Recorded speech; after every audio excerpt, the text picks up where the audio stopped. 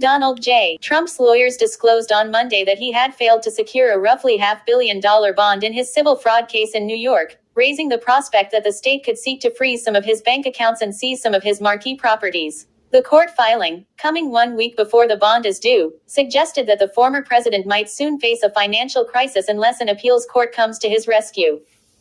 Mr. Trump has asked the appeals court to pause the $454 million judgment that a New York judge imposed on Mr. Trump in the fraud case last month, or accept a bond of only $100 million.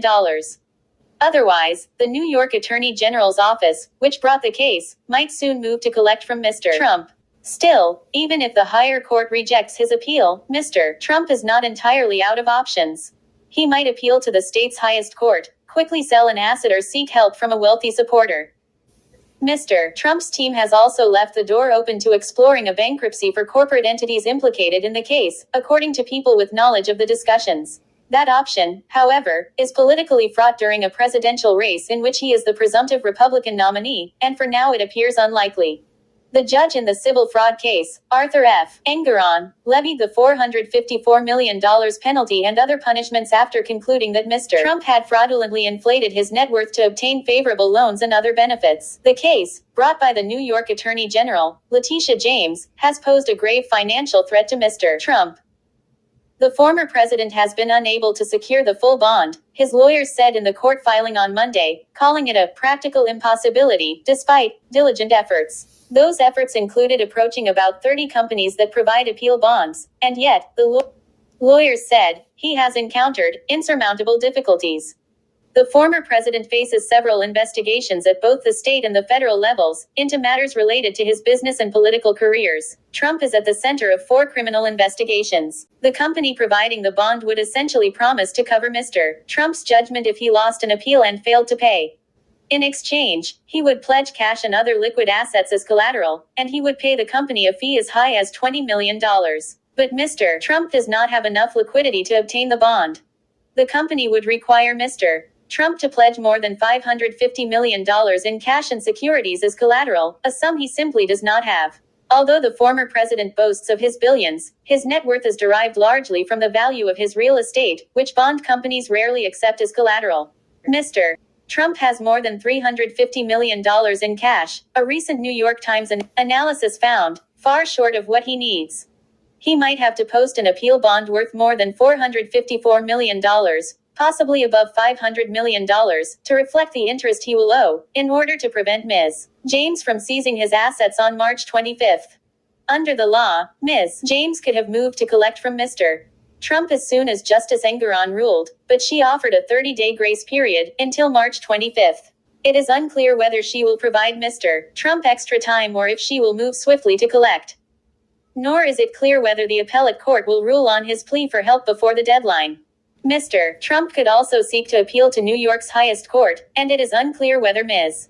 James will hold off on the seizure while he pursues that route. A spokeswoman for Ms. James did not immediately respond to a request for comment. Mr. Trump has denied all wrongdoing and claimed that Ms. James and Justice Engoron, both Democrats, are out to get him. This is a motion to stay the unjust, unconstitutional, un-American judgment from New York Judge Arthur Engoron in a political witch hunt brought by a corrupt Attorney General, Stephen Chung, a spokesman for Mr. Trump's campaign, said in a statement. A bond of this size would be an abuse of the law, contradict bedrock principles of our republic, and fundamentally undermine the rule of law in New York. The looming deadline could not come at a worse time for Mr. Trump.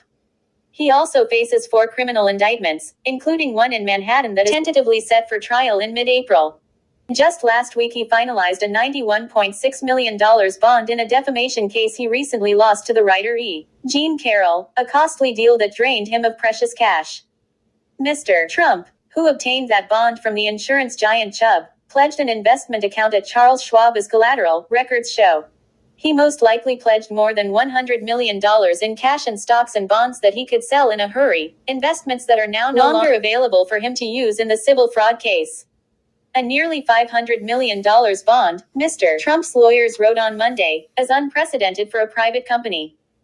Yet Mr. Trump's legal team devoted a substantial amount of time, money, and effort to finding one, according to a court filing by Alan Garden, the top lawyer at Mr. Trump's family business. Using 4 separate brokers, the lawyers approached more than 24 companies that provide appellate bonds, including Chubb and Berkshire Hathaway, the conglomerate run for decades by Warren E. Buffett, Mr. Garden said. He added that most of the companies were either unable or unwilling to handle a bond of this size, and that none were willing to accept property as collateral.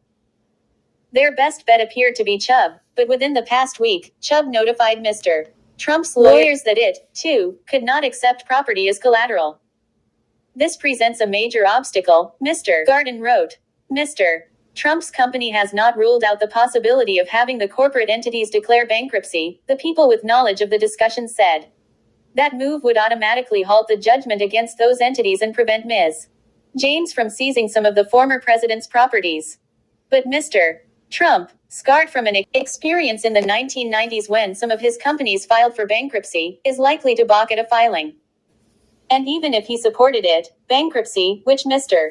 Trump used to describe derisively as the B word, might not be a cure-all, legal experts said. Seeking court protection could trigger defaults in loans he holds, and would most likely set off litigation over whether Mr. Trump is still responsible to pay his company's debts. Mr. Trump's lawyers on Monday also submitted a filing from one of his insurance brokers, Gary Giuletti, who said his team had for several weeks been scouring the market for a bond. Simply put, a bond of this size is rarely, if ever, seen, he wrote. Mr. Giuletti, who testified as an expert witness at the trial, also occasionally golfs and dines with Mr. Trump. In his decision, Justice Engoron criticized his testimony, saying that in more than 20 years on the bench, he had never encountered an expert witness who not only was a close personal friend of a party, but also had a personal financial interest in the outcome of the case. As you leave the page, kindly hit the like bell and subscribe to the channel if you haven't done so as yet. Thank you.